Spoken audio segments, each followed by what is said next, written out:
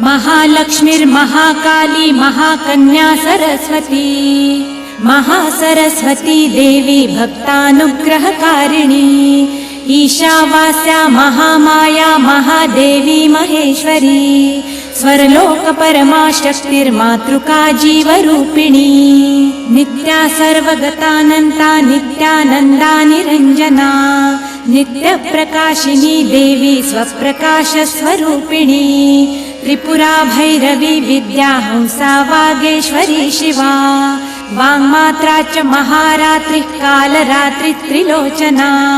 महाकाली कपाली सा महागौरी तिलोत्तमा काली कराली विक्रांता कामाक्षी कामदा शुभा चण्डिका चण्डरूपा च चामुण्डा लिङ्गधारिणी